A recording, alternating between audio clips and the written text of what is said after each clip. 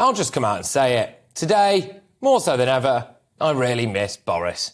I miss his chaotic energy. Yes, he was flawed. Yes, he got things wrong. But at least it was entertaining.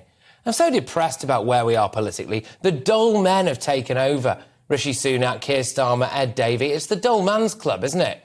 Rishi Sunak is just Will from the in-betweeners. Keir Starmer puts the board into board games. And Ed Davey looks like the kind of man that actively enjoys spending his weekends checking the guttering outside his house for a moss deposit. What kind of weapons-grade boffin decided it would be a good idea for our Prime Minister to include making children study maths until they're 18 as part of his big, bold vision for Britain? Who votes for the guy who made them study maths? Nobody. Our country is being led by a swot. Forget spreadsheet Phil, we've got Sudoku Sunak.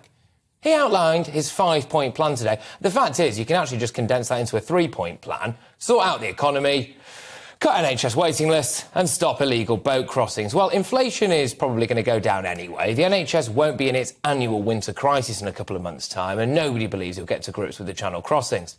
People don't trust Rishi.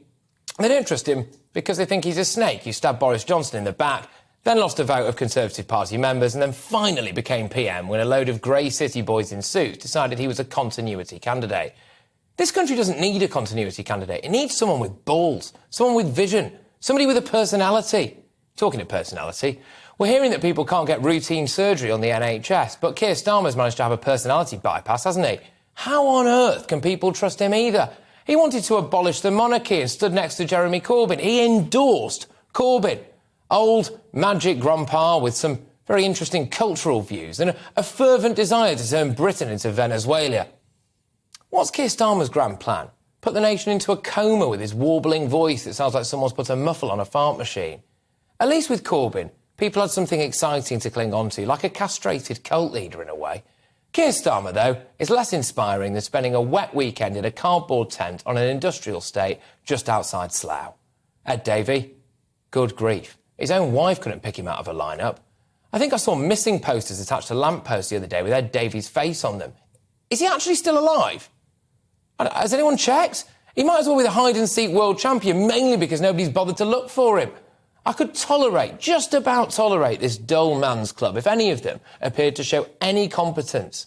But they just don't, do they? There's no bold vision. It's just a collection of men who are so afraid of getting anything wrong that they propose doing absolutely nothing right, do they? They're just trying to limit negativity, not shoot us in the temple with positivity.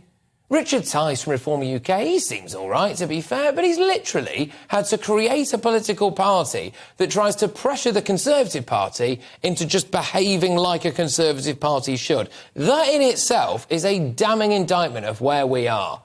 Boris Johnson got a lot of stuff wrong. I'm not denying that. I was dead against a lot of the COVID restrictions. The Brexit deal, far from perfect.